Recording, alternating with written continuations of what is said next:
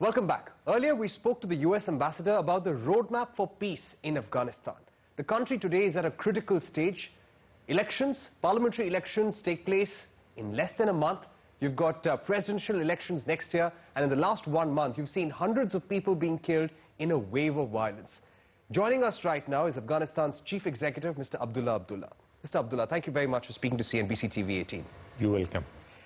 Are we really winning the war in Afghanistan? In the last 17 years, 2,000 American soldiers being killed.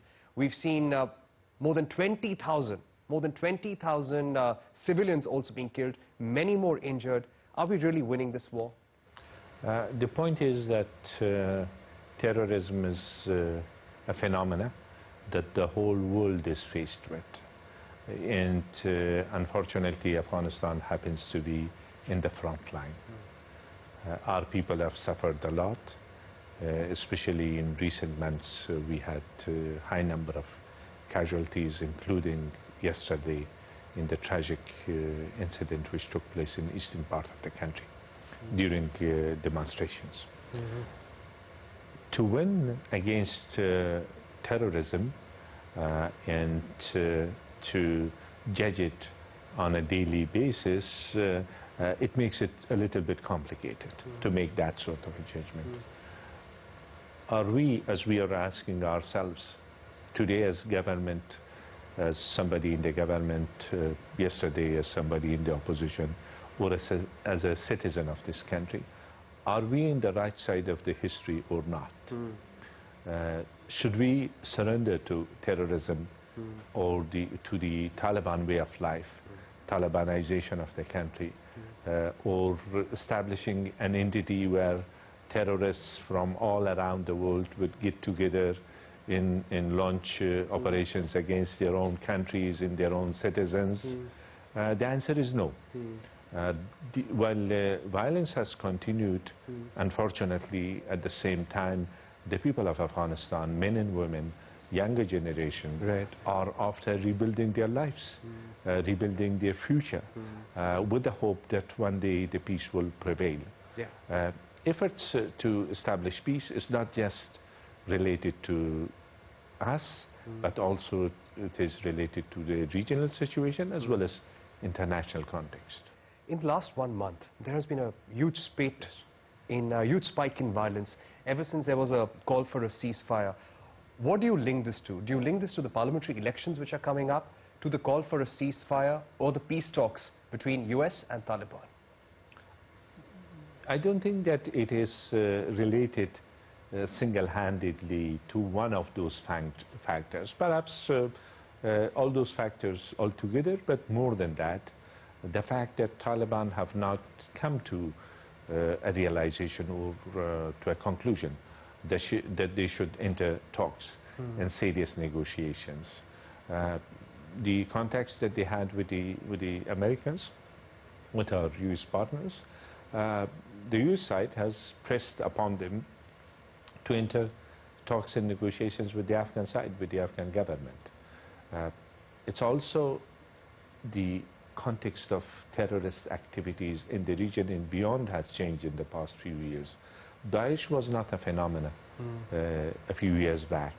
Unfortunately, we have seen the suffering of millions of people because of Taliban activities in Iraq earlier, in Syria, today in parts of Afghanistan. Some of these terrorist incidents are linked to Daesh. There are other terrorist groups as well, which unfortunately they rely on support from Taliban.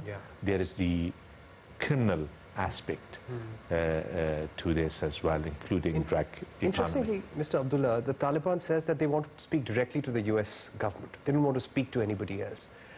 It seems that they may even want a power-sharing deal sometime in future.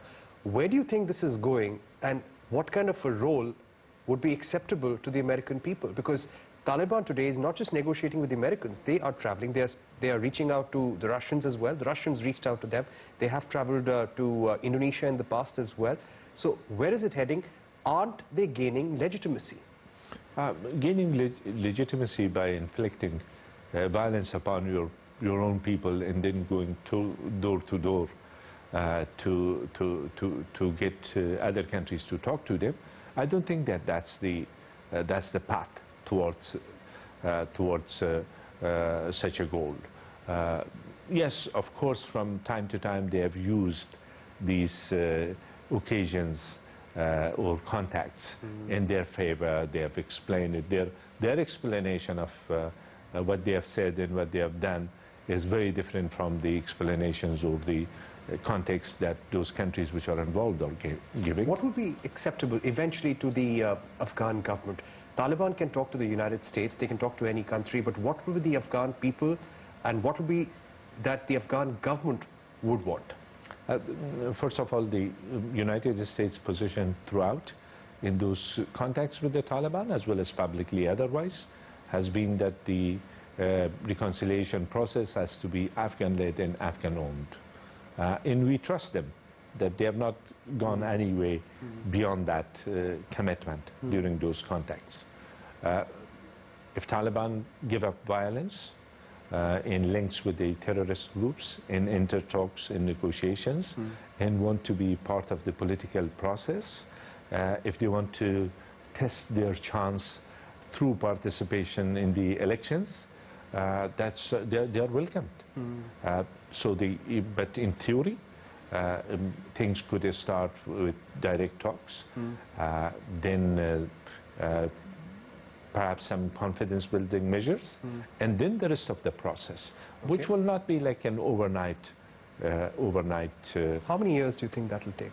Oh, in the same way that I'm saying that it could not be overnight to give peace process a time frame or a timetable as such, in the context that at this stage the war continues. The war continues. The support for those groups also continues. Coming to that, sanctuaries are there, and in this sort of context, Taliban are not feeling the type of pressure that they need to be or they're out to be. Coming to that, there's a new government in Pakistan, but do you feel that till now Pakistan has been playing a role as a solution to the problem in Afghanistan, or they're yet to play that role, sir? There are challenges which are not just for us but also for Pakistan. There is a new government in Pakistan. We are looking forward to engaging with them. Earlier conduct, we have expressed our views about it at different times, in different occasions and circumstances. One thing which is crystal clear is the fact that these groups, regardless of their stated goal today, will not serve any countries or any states' legitimate interest. They have shown it, they have proved it. For example, those Pakistani Taliban, TTP, which today they are fighting alongside Afghani Taliban against us. They turned against those institutions which had supported them. Because if we don't see this clearly in regards to all those terrorist groups which are resorting to violence against innocent people, we are making a mistake. We hope that the new government will provide an opportunity for engagement in a serious and sincere manner. On Chabahar, we're all waiting to see whether the US grants a waiver to India as far as Iranian oil and Iranian sanctions are concerned. Chabahar is also being affected.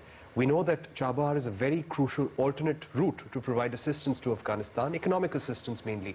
Would you urge the US government to consider the option of a waiver strongly in this regard? Do you think that in an issue of such importance we will not raise those issues with our US colleagues? Certainly we did and we will continue to do so. At the same time, we are not ignorant towards the complexities of international relations in our part of the world. Our hope is that Chabahar project, which is for the interest of the whole region, including Central Asia and South Asia and Afghanistan especially, will not be affected adversely. Okay. Any assurances that have come from the United States so far, sir? The more we talk about nitty-gritties of it, the more unhelpful it might end if we go public about these things. But with the neighboring countries of Afghanistan, we need improvement of our relations based on trust and mutual respect. That's about in relations to all countries of the region in our neighbors. And my final set of questions now, Mr. Abdullah. Set of questions or final questions? Final questions. What do we know about those 7 Indians who went missing in Baghlan? It happened in May. No word on them ever since. First of all, I can assure you that the same way that Indian citizens are concerned about those missing, we are, as the unity government, and also as citizens of a country which has been in the recipient side of Indian support and assistance.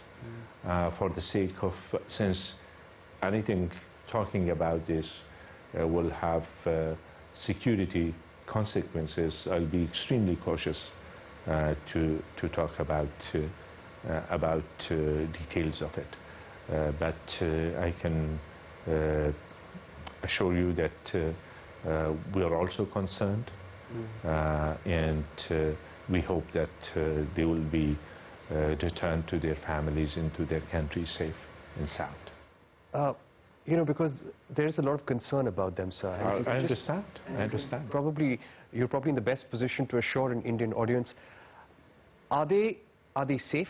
Are they alive? Is the government in touch with them, the people who have kidnapped them?